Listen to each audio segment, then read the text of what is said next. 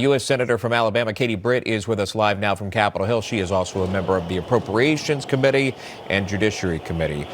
Good morning to you, Senator. Good morning. Thank you all for having me on. Absolutely. So we watched this 900 pages being read aloud. And correct me if I'm wrong, but did you actually read this entire 900 plus page bill? Yes. And our team. So, about 85% of this is the House bill that came over. So we've had plenty of time to start to get to work on it. Also, we've been working diligently in the Senate. We've had 51, 52 meetings on this specific bill. As these provisions have been ready, the finance chair and the budget chair have made those available for us. We've been working through them, trying to improve them, and then obviously got the comprehensive bill just a few days ago, and we're excited to get this across the finish line today. Look, there's a lot at stake.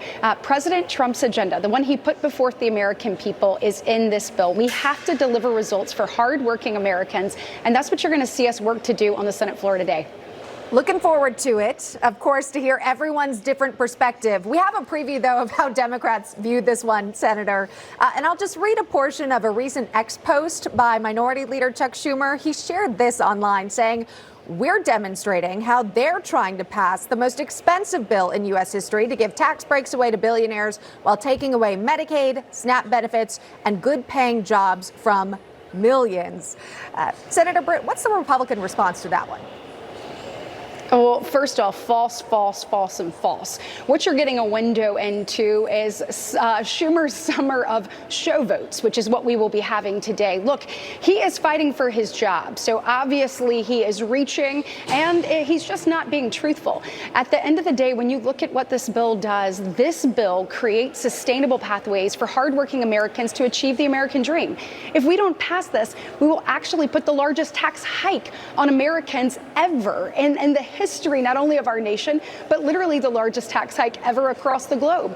We are trying to deliver results. No tax on tips, no tax on overtime. We've got child care provisions in here that haven't been updated since 1986, where we are saying hardworking families need relief, and we are here to answer that call. Look, it also works diligently to secure our border, to make sure that our defense is 21st century, that our warfighter is the best trained, equipped, and ready across the planet.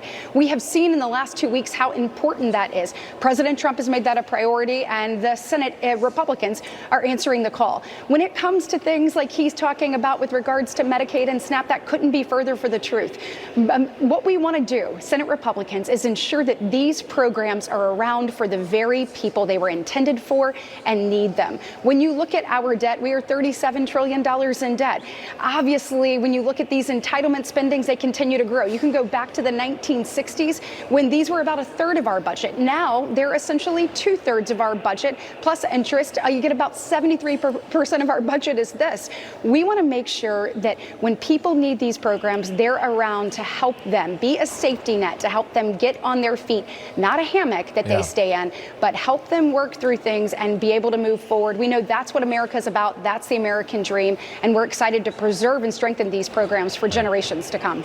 And obviously the big hook here, the tax cuts are included in this bill. No American wants to see their taxes go up any more than they already are. Absolutely not. Yeah, and I want to ask you really quickly, if I can, before you go, about North Carolina Senator Thom Tillis announcing he's not seeking re-election. This happened just hours before he slammed that bill that you support on the Senate floor, voting against President Trump alongside Senator Rand Paul.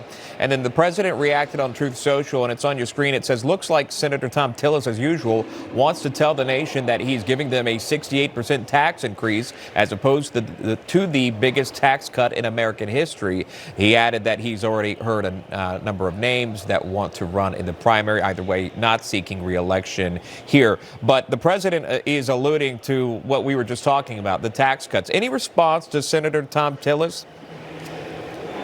Well, the Republican conference is focused. We understand we have to deliver results. This is what the president campaigned on, and this is what the American people on November 5th overwhelmingly said they wanted. So we are laser focused on getting this across the finish line, getting it back to the House and to President Trump's desk. Certainly appreciate Senator Tillis's service and look forward to working diligently to make sure that we keep that seat in Republican hands. We know that's what's best for America. That's what's best for continuing to advance President Trump's agenda. And that's certainly what I want to be a part of. All right. We'll be watching to see ultimately how all these different Republican senators vote. Alabama Senator Katie Britt, thanks for taking the time with us this morning. Thank you. It.